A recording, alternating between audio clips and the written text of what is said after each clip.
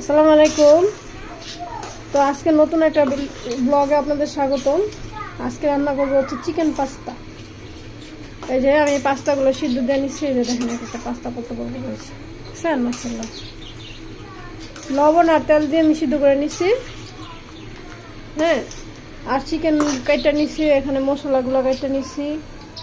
Chicken আমি অল্প নিচ্ছি, এটা দেখা যায় না, কিন্তু এটাই ঠিক আছে, আর লাগবো না। মাংস ছুটাইতে পারি না, ফ্রিজে ছিল তো দুইটা অনেক কষ্ট ছুটাইছে, দুইটা থেকে তুলে গেছে। আমার পাস্তাটা কিন্তু সিদ্ধ হয়ে গেছে। তো আমি এই যে তেল দিয়ে নিচ্ছি, এটা তো গরম যাবে না, ঠান্ডা হয়ে যাবো। আর এদিকে হচ্ছে মরিচ আর একটু লবণ দিয়ে দিচ্ছি, এটা একটু ভাজে নিব, যেহেতু আমার পাস্তা সিদ্ধ হয়ে গেছে গা। একটু ভালো ভালো করে নিয়ে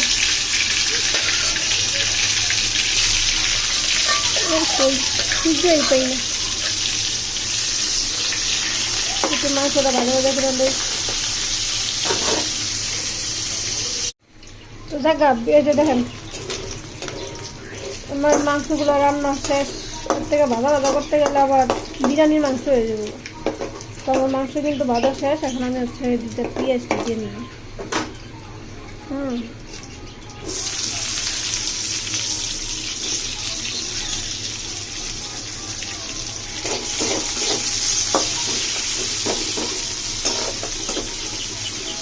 ওই দুটো এখন ভাজা ভাজাতে থাকছে।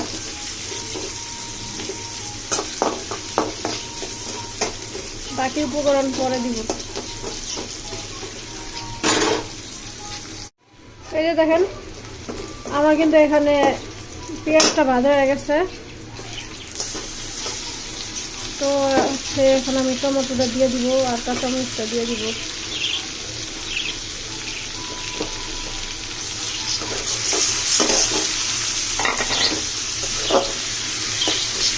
এখন হচ্ছে এটা কাঁচামরিচটা টমেটো দিতে দিতে থাক। ও এটা তো লবণও দিতে হবে না, নাহলে তো টমেটোটা ইয়ে হবো না। আমি এই যে লবণটা আমি একবারে দিয়ে দিতেছি। আদা চামচ টুকে দেবো, যেহেতু আমি সিদ্ধ করে লবণ দিচ্ছি। টমেটোটা আর কাঁচামরিচটা একটু গলুক, গলার পরে আবার একটা ডিম দিয়ে দিন। এনে চাইলে আপনারা যেহেতু মুরগির মাংস দিচ্ছেন, তাহলে একটা ডিম নাও দিতে পারেন।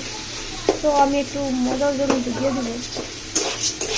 এখানে হেলদি খাবার হচ্ছে বাচ্চাদের জন্য। বাইরের খাবারটা কিন্তু একটা স্বাস্থ্যসম্মত না।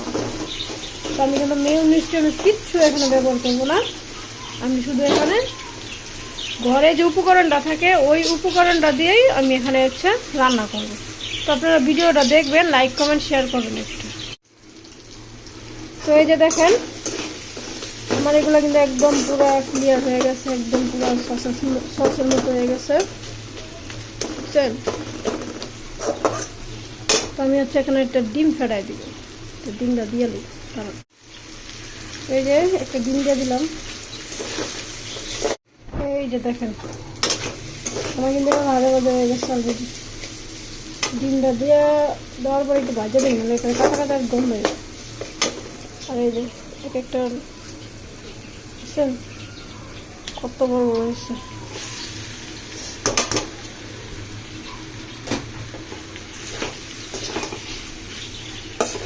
একটু ভালো করে মিশান।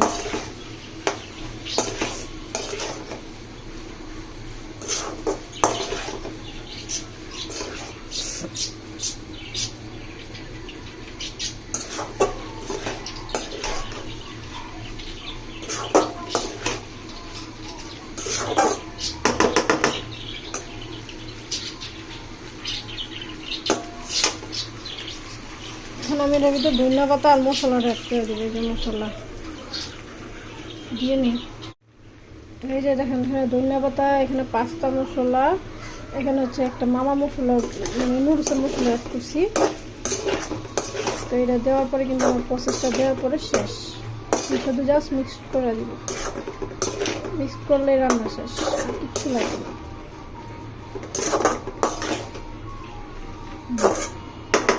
এখানে হেলদি একটা খাবার।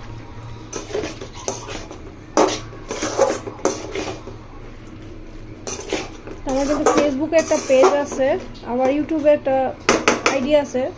তো আপনারা যারা ফেসবুক থেকে দেখেন তারা ইউটিউব চ্যানেলটা সার্চ দিয়ে মুক্তাবাবু দিয়া, মুক্তাবাবু শহরের জীবন। আর যারা ইউটিউব থেকে দেখেন তারা হচ্ছে এই ফেসবুকে ঢুকতে পারেন 3 কন্যার মা দিয়ে, পেজে ইয়া দিলেই আমার ইয়ারা আসে যাবে।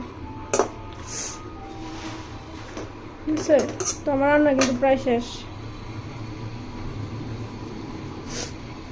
এখন সার্ভ করার পালা। বাচ্চাদের দেখি দিয়া কি কয়, কেমন রান্না করলাম। তো আপনারা আশা করি এভাবে ট্রাই করে দেখতে পারেন।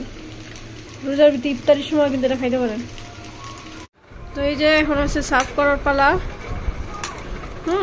এখন আমরা খাইয়া দেখুন কেমন হয়েছে। গরম গরম পাস্তা দেখেন, আমার ছোটটার অবস্থা দেখেন। আম্মু গরম গরম, অনেক মজা। তো ধন্যবাদ। কমেন্ট করে জানাইবেন, এভাবে ফ্যামিলি নিয়ে খাওয়ার মজা কিন্তু আলাদা। গরম গরম।